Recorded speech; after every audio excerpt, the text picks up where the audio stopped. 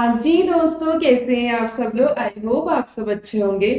आज मैं लेके आई हूँ सितंबर 25 स्टूडेंट्स के लिए क्रिस्प प्लानर। बट इसमें एक छोटा सा कैच है कि ये प्लानर उन स्टूडेंट्स के लिए है जो अपना मई 25 का अटेम्प्ट सक्सीड नहीं कर पाए थे। They were unsuccessful in their attempt, but yes they have the ability, they have that will power कि वो हम नेक्स्ट अटेम्प्ट को जरूर जरूर जरूर क्लियर कर लेंगे।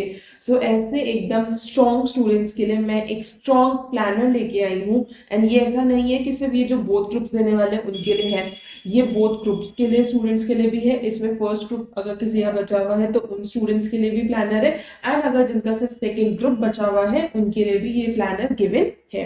गाइज, आपको बस कुछ नहीं करना है, मुझे बस 10 मिनट के लिए आपको शांति से बैठ के सुनना है टू नो कि आपको आगे किस तरह से अपनी पढ़ाई को करना है, कैसे आगे तक की प्लानिंग आपको करनी है। ठीक है, शुरू करें अपने उसको। चलिए शुरू करते हैं।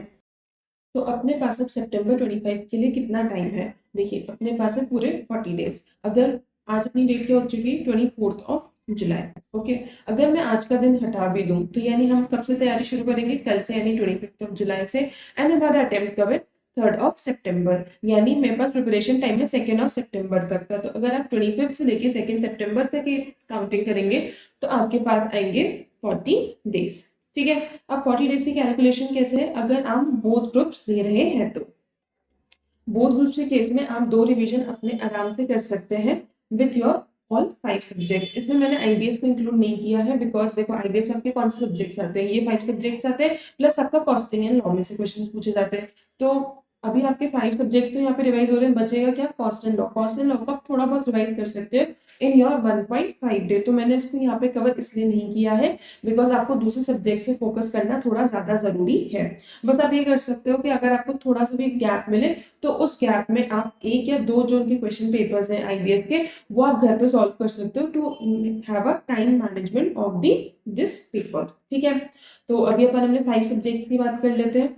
एंड देखो, सेकेंड बात ये है कि मैंने जो इसमें टाइम एलोकेशन किया है वो एक जनरलाइज उसमें किया। मैंने बच्चों से बात करी जो अभी रिसेंटली अनक्वालिफाई रहे, तो उनसे बात करने के मुझे समझ में आया कि ओके, आगे का वो प्लानर इस तरह से बना रहे हैं कि उन्हें किस सब्जेक्ट को ज्यादा फोकस करना है, किस सब्जेक्ट को कम फोकस करना है, तो कौन सा थोड़ा सा इजी पड़ता है कॉमनली स्टूडेंट्स में, एंड कौन सा ज्यादा डिफिकल्ट होता है। जैसे ऑडिट में जनरली स्टूडेंट्स का यही आता है कि यार वो याद नहीं हो रही, तो उसको थोड़ा सा एक्स्ट्रा टाइम हमें देना पड़ेगा। तो इस तरह के जो जनरलाइज कंटेंट था उसके बेसिस पे मैंने आपको ये प्लानर बना के दिया है ताकि ये आपको भी यूज हो सके। ठीक है, बट हो सकता है कि आपका कोई स्पेसिफिकली कोई एक सब्जेक्ट है, सपोज आपको आईडीटी में ज्यादा प्रॉब्लम है तो आपने उसको ज्यादा टाइम दे दिया। आपको लग रहा है कि यार डीटी तो मुझसे मैनेज हो जाएगी तो आपने उसको कम टाइम दे दिया। आपको लग रहा है कि एएफएम में मुझसे फॉरेक्स एंड डेरिवेटिव्स ये नहीं संभल रहा तो आपने उससे ज्यादा टाइम दे दिया। आपको लग रहा है कि यार एफआर में कुछ इंडियंस है वो तो मुझे बहुत अच्छे से आते हैं तो मुझे उनको दोबारा देखने की जरूरत नहीं है।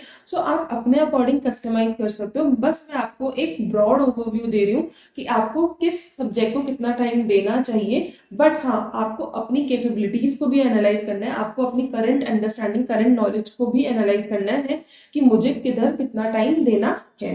ठीक है, तो मेरे अकॉर्डिंग आपको अपना फर्स्ट और सेकेंड रिवीजन 26 डेज में एंड 14 डेज में बाइफिकेट करना चाहिए। एफआर में आपको कितना देना है? फर्स्ट रिवीजन में 8 डेज। 8 डेज में देखो आपने पहले ही कर लिया है तो अब थोड़ा आपको सिर्फ रिवाइज करना है। जो छोटे इंडियंस हैं आप उनको छोड़ भी सकते हो, जो आपके बड़े इंडियंस हैं जैसे आपका कंसोलिडेशन हो गया, आपका बिजनेस कॉम्बिनेशन हो गया, आपका फाइनेंशियल इंस्ट्रूमेंट्स हो गया, उन पर आपको ज्यादा फोकस करने की जरूरत है तो उनको आपने ज्यादा टाइम दे दिया। ओके, एएफएम में 5 डेज। 5 डेज में जैसे आपको मैं इसमें बताऊं तो आपने डेरिवेटिव्स को ज्यादा टाइम दे दिया, फॉरेक्स को ज्यादा टाइम दे दिया, आपका जो इंटरेस्ट रेट रिस्क मैनेजमेंट होता है आपने उसको टाइम दे दिया, एडवांस कैपिटल बजटिंग है उसे आपने टाइम दे दिया, पोर्टफोलियो मैनेजमेंट है उसको आपने ज्यादा टाइम दे दिया। तो इस तरह से आपको अपने जो मेजर मेन चैप्टर्स हैं, टॉपिक्स हैं, या जिनमें ज्यादा आपको प्रॉब्लम आ रही है आपको उन्हें ज्यादा फोकस करना होगा। ऑडिट में डेली आप वही 2 घंटे देखो, भले से आपके पास टाइम कम है फिर भी मैं आपको ये नहीं बोलूंगी कि आप ऐसे 6-7 दिन के लिए एक साथ बैठ जाइए एंड ऑडिट को आप लर्न कर लीजिए। वो आपका कभी भी बेनिफिशियल होगा ही नहीं।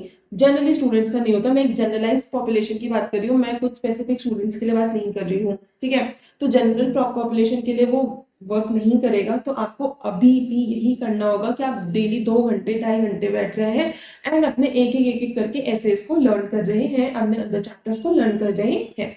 तो आप डेली भी 2 घंटे दोगे तो आपने फर्स्ट रिवीजन अपना कर लेंगे 52 आवर्स में। ठीक है, फिर आईडीटी में कितना, वही अगेन फिर 8 डेज एंड आईडीटी में 5 डेज, टोटलिंग अबाउट 26 डेज। ठीक है, फिर बात करते हैं अपने सेकेंड रिवीजन में। सेकेंड रिवीजन में ऑब्वियसली आपको एकदम ऑलमोस्ट आपको आधा ही टाइम करना होगा, बिकॉज आपके पास अब सिर्फ 14 डेज बचे हैं। 14 डेज में आपको दोबारा से एक बार रिवाइज करके अपने आप को ब्रशअप करना होगा। तो एफआर में आपको कितना देना है, 4.5 डेज, एएफएम में 2.5 डेज, ऑडिट में आप वही सेम डेली के 2 घंटे चलने दीजिए, टोटलिंग अबाउट 28 आवर्स, डीटी में आप 4 डेज एंड आईडीटी में आप 3 डेज। अब इसमें आप हो सकता है, बिकॉज आपने अगर पूरे 40 डेज आप दे रहे हो, तो जब आप एकदम लास्ट 2 सितंबर पे पहुंचोगे तो आपका अगले दिन से तो पेपर शुरू होने वाले होंगे, राइट। तो आप ये कर सकते हो कि जब आपका सेकेंड रिवीजन चल रहा हो तो आप एफआर से शुरू मत करना, आप एएफएम से अपना सेकेंड रिवीजन शुरू करना, एंड जब आपका आईडीटी हो जाए उसके बाद आप अपनी एफआर को लेके बैठना।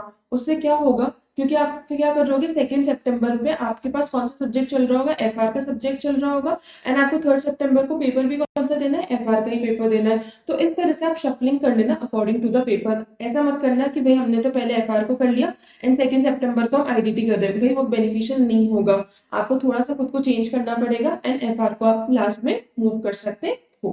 ठीक है, अब चलते हैं अपने फर्स्ट ग्रुप के रिवीजन पे, कि अगर किसी स्टूडेंट्स का अगर सिर्फ फर्स्ट ग्रुप की बाकी है तो उन्हें किस तरह से अपनी चीजों को प्लान करना है। देखो, अगर आपका सिर्फ फर्स्ट ग्रुप बाकी है तो आपके पास बहुत अच्छा बफर टाइम है, you can prepare very very very well. ठीक है, कैसे, अगर आप भी 2 रिवीजन कर रहे हो, देखो वैसे तो आप चाहो तो आप 3 रिवीजन भी कर सकते हो, बट आई एम ट्राइंग कि अगर आपको अच्छा टाइम मिल रहा है तो आप फर्स्ट रिवीजन को ही बहुत इन डिटेल जाकर के करो, ताकि आप सेकंड रिवीजन में खुद को ब्रश अप करके आगे मूव ऑन कर सको। जैसे अगर मैं फर्स्ट ग्रुप की बात करूं तो आप एफआर में कितना टाइम दे सकते हो, फर्स्ट रिवीजन में 12 डेज, जो एक जनरलाइज बच्चे अपना फर्स्ट रिवीजन में देते हैं वो आप अपना इसमें भी दोबारा दे सकते हो।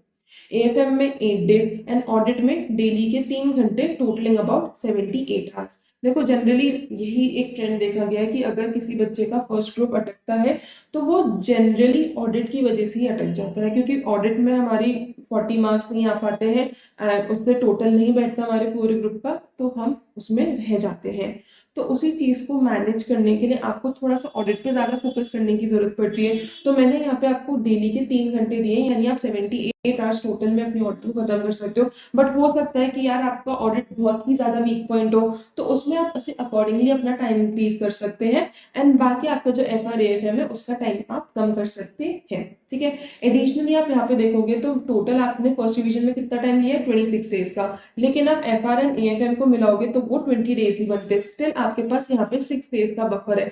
अब आप इन 6 डेज को कहीं पे भी यूज कर सकते हो, किसी भी सब्जेक्ट में। अगर आपको लगता है कि नहीं भाई ऑडिट में बहुत ज्यादा प्रॉब्लम है तो आप ऑडिट में दे सकते हो, एफआर में तो आप एफआर में दे सकते हो, एएफएम में तो आप एएफएम में भी दे सकते हो। ठीक है, सेकेंड रिवीजन भी आपका बहुत ही ज्यादा सिंपल एंड लाइट वेट रहने वाला है। आपके पास 14 डेज है। 14 डेज कैसे बाइफरकेटेड है, एफआर में 8 डेज, एएफएम में 6 डेज एंड ऑडिट में आप डेली के 2 घंटे यानी टोटल अबाउट 28 आवर्स अगर आप दोगे तो आपका आराम से ऑडिट भी कवर हो जाएगा, बिकॉज आपने फर्स्ट रिवीजन ऑडिट पे बहुत अच्छा फोकस किया है। अब नेक्स्ट आता है अपना सेकेंड ग्रुप, ये अपना लास्ट बचा हुआ है। सेकेंड ग्रुप में मेरे पास कौन कौन से सब्जेक्ट्स हैं, डीटी, आईडीटी, आईबीएस। अगर मैं थोड़ा सा लॉजिकली बात करूं तो अपने पास सिर्फ डीटी आईडीटी है। आप बोलोगे मैम अब तो सिर्फ सेकेंड ग्रुप देना है, यानी हमने एफआर एएफएम एंड ऑडिट के बारे में हमें नहीं पता, नहीं जानकारी है। गाइस अभी आप लोगों ने अपना रिसेंटली अटेम्प्ट दिया है May 25 का, तो उसमें तो एफआर एएफएम ऑडिट पड़ी है। देखो अगर किसी को 2-3 अटेम्प्ट हो चुके अपना फर्स्ट ग्रुप क्लियर करेंगे तो उनके लिए थोड़ा सा डिफिकल्ट है, एंड उनके लिए मैं बताऊंगी कि आपको अपने सब्जेक्ट्स को ब्रश अप करना है ताकि आप आईबीएस के लिए वेल वेल कर सके, वो अपन बात करेंगे। लेकिन अगर किसी ने भी रिसेंटली अपने एफआर एएफएम ऑडिट दिया है तो ऐसा तो नहीं है कि बिल्कुल सब कुछ ब्लैंक हो चुका है, बिल्कुल ऐसे खाली तो हो नहीं सकता। तो उसमें आप क्या कर सकते हो कि यहाँ पे भी सेम हमने अपने डीटी आईडीटी को 12 डेज दिए एंड 8 डेज दिए रिस्पेक्टिवली, एंड आईबीएस के लिए आपके पास जो टाइम बचा है, जैसे वो जो 6 दिन बचे हुए उसमें आप क्या कर सकते हो, एक तो आपके जो क्वेश्चन पेपर्स है, पास ईयरली क्वेश्चन पेपर्स है, एमटीपी आरटीपी जो भी आईबीएस से रिलेटेड आपके कंटेंट आया है उनमें से आपने कुछ क्वेश्चन पेपर्स को सॉल्व कर लिया, to have a fair idea कि भाई मुझे किस तरह से अपने टाइम को मैनेज करना है इन दिस पर्टिकुलर सब्जेक्ट। ठीक है, दूसरा आता है कि भाई एएफएम ऑडिट एंड एफआर की भी तैयारी करनी है, तो आपके पास ये जो 6 डेज है उनमें आप इसे रिवाइज भी कर सकते हो। देखो आपको कुछ लर्न तो करना नहीं है कि भाई मैं सब कुछ लर्न कर रहा हूँ, ऑडिट को रट रहा हूँ, एफआर में सब चीजें रट रहा हूँ, नहीं, आपको सिर्फ एफआर एंड एएफएम में थोड़े अपने कॉन्सेप्ट को रिवाइज करने की जरूरत है। एंड ऑडिट में अगर आपको सिर्फ टॉपिक्स पता होंगे कि भाई इस टॉपिक में ये लिखा हुआ है, that is more than sufficient, क्योंकि आपको बुक ओपन करके ही पढ़ना लिखना है, राइट। तो अगर आपको थोड़ा सा फेयर आइडिया, थोड़ी सी आपकी वापस से वो अंडरस्टैंडिंग डेवलप हो जाती है in the 6 days, in the 8 days, अगर आपको लगता है कि भाई डीटी में उससे कम में भी कर सकता हूँ एंड मुझे आईबीएस के लिए बाकी सब्जेक्ट पे फोकस करने की जरूरत है, तो आप उसे अकॉर्डिंगली मैनेज करके अपने 6-7 दिन के अंदर अपने एएफएम ऑडिट एंड एफआर को उस लेवल पे लेके आ सकते हैं जो कि आपके आईपीएस के लिए सफिशिएंट होगा। ओके, मैं ये जो आपको बता रही हूँ टेक्निक 6 डेज की, वो आईबीएस के लिए बता रही हूँ, ऐसे नहीं कि हमने मेन सब्जेक्ट के लिए हमने 6 दिन पढ़ा और हमारा हो गया, नहीं भाई वो काम नहीं करेगा IBS, because open book exam है। एंड देखो ऑब्वियस बात है कि कई बार पेपर ऐसा आता है कि मैं समझ नहीं आता कि बुक में कहाँ ढूंढे, तो वैसा आ गया तो वो तो सभी बच्चों के लिए बराबर हो गया। लेकिन उसमें भी आपका क्या कर सकते हो, अगर आपको हर टॉपिक की प्रॉपर नॉलेज है, लैंग्वेज नहीं आती भली से, आपको एग्जैक्ट उसका सोल्यूशन नहीं पता, लेकिन आपको टॉपिक की नॉलेज है एंड आप उस क्वेश्चन को डीकोड कर पाए हो कि okay this question has come from this particular topic, अगर आपने इतना कर लिया तो आप आराम से अपना आईबीएस के आंसर्स को लिख पाओगे। ओके, सो ये हुआ हमारा फर्स्ट रिवीजन का। सेकंड रिवीजन का वही सेम, आप डीटी में 8 डेज एंड आईडीटी में 6 डेज एंड आईबीएस में आप वही अगेन कुछ क्वेश्चन पेपर्स को सॉल्व करके कुछ अपना थोड़ा मिनी रिवीजन करके उसे कंप्लीट कर सकते हो। ठीक है, सो here we have discussed all about revision for both group exams, first group, second group for the students जो अपना अनफॉर्चुनेटली May 25 क्लियर नहीं कर पाए थे, but yes their will power is so strong कि वो वापस से खड़े हुए हैं to make this attempt their last attempt, right. So all the best to all of you guys. And अगर आप लोगों को मुझसे कोई हेल्प चाहिए पर्सनली, तो आप मुझे टेलीग्राम चैनल पे बिल्कुल मैसेज कर सकते हैं। I will be really happy to help you guys. And और तो मैं आप लोगों से क्या ही कहूँ, मैं आप लोगों से जल्दी ही नए वीडियो के साथ मिलूंगी with some new good revisions, with some new good insights, new knowledge. Till then stay tune and इसी तरह अपनी पढ़ाई को खुशी खुशी करते रहिए एंड जल्दी मिलते हैं वापस। Hey this is Nandini Gupta signing of.